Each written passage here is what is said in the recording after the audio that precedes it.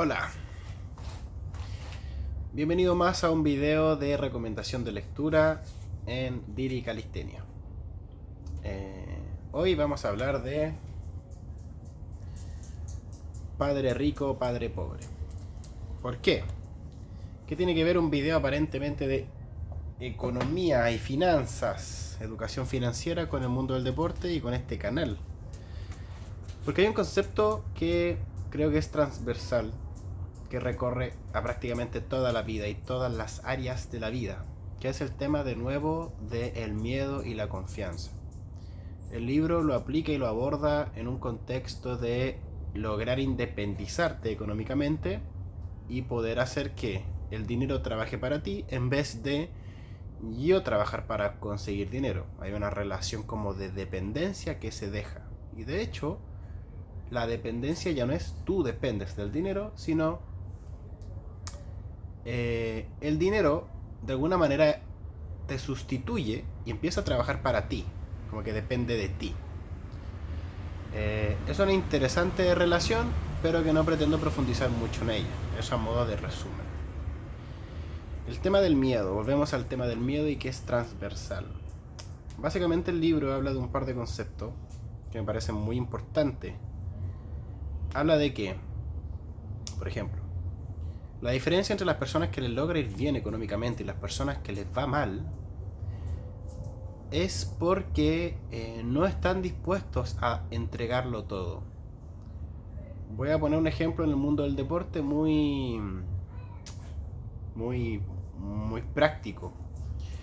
Cuando yo intentaba conseguir el Flip 360, un movimiento de calistenia, específicamente del mundo de los dinámicos, la principal razón del por qué no lo hacía era porque lo hacía sin ganas. Es porque hay un punto dentro de esta negociación, de cómo esta lucha de fuerzas, ¿no? De, para lograr hacerlo me tengo que arriesgar y pasar esa barrera como de riesgo, empiezan a aparecer los pensamientos peligrosos. Me voy a caer, me voy a lastimar, no voy a conseguir el movimiento, me voy a caer.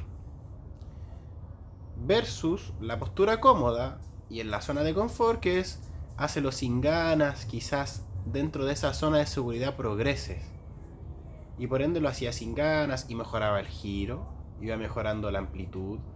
Pero los pasos que tú puedes dar dentro de la zona segura siempre son muy poco ambiciosos. En ese sentido,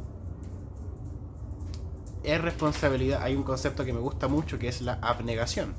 La abnegación significa que hay cosas que escapan de tu control, que tú no tienes la culpa de que esas cosas sucedan, o no es gracias a ti que sucedan, pero eso no va a impedir que por un bien mayor te atrevas a hacer las cosas, aunque tengas que involucrarte y hacerte cargo de cosas que no son tu culpa. No es mi culpa, por ejemplo, tener quizás un cuerpo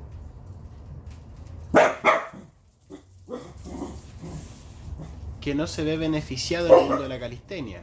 Recordemos que los cuerpos más bajitos son más ágiles, tienen más ventaja desde un montón de perspectivas. Sin embargo, no creo que es como necesario hacer un análisis de eso mismo. Creo que puede como terminar justificando la mediocridad de las personas altas, así que no me gusta un poco. Puede ser. Igual es interesante de todas maneras.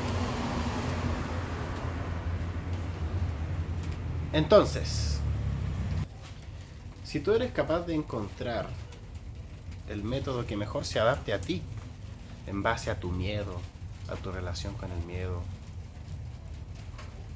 a tu físico, a tus capacidades,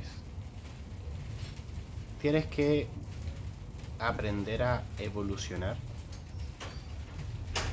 y a mejorar con lo que tienes y con lo que posees. Lo que quiere decir, una vez más, que lo que pasa es que yo creo que escuché la otra vez un psicólogo que dijo que el ser humano se cree distinto, especial, milagroso,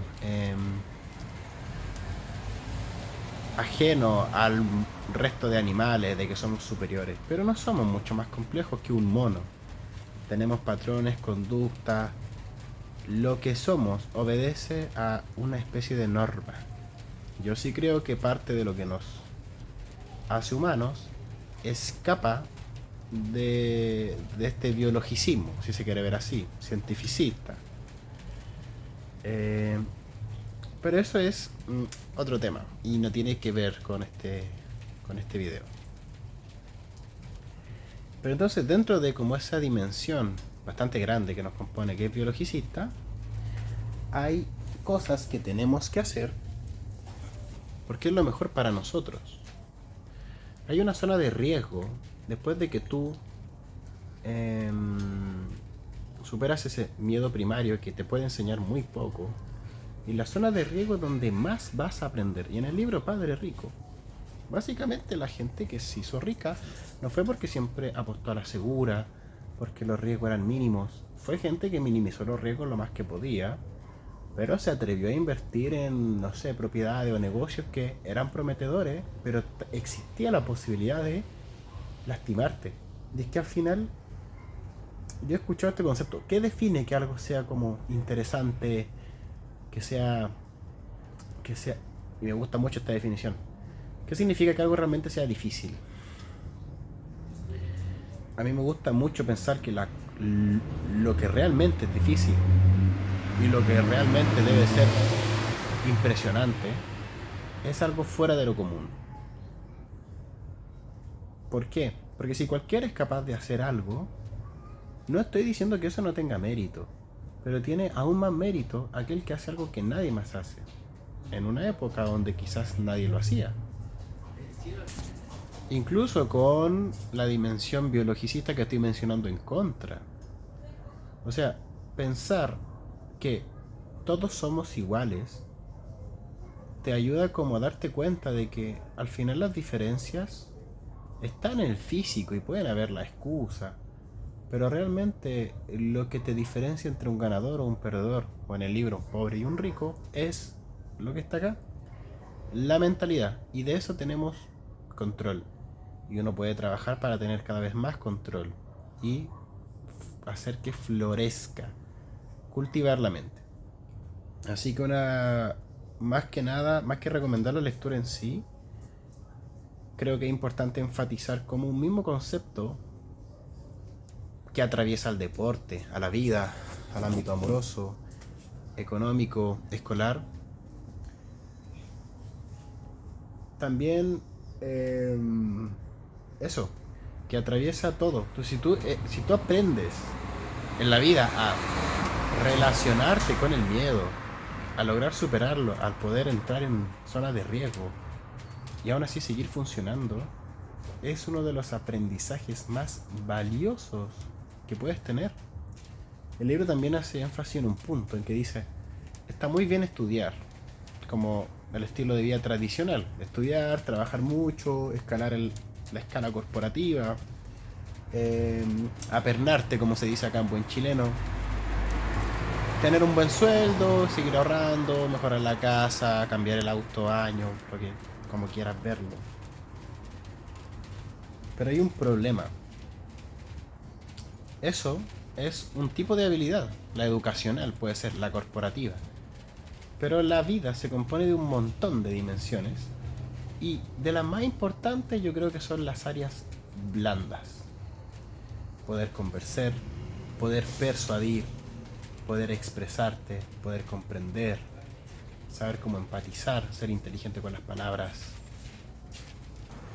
saber manejar el miedo, superar la vergüenza, integrar la timidez, aceptar tu personalidad en su dimensión más masculina o más femenina, tener paciencia, ser calmo, inteligente. Son áreas que por sí solo la ruta tradicional cultiva. El trabajo en equipo, cuando uno hace trabajos con más gente, está bien. Pero la vida no es solo eso. Incluso más importante que el mismo tema del libro es: infórmate, atrévete a hacer las cosas que quieres por mucho miedo que te causen. Eso, nos vemos en un siguiente video. Adiós.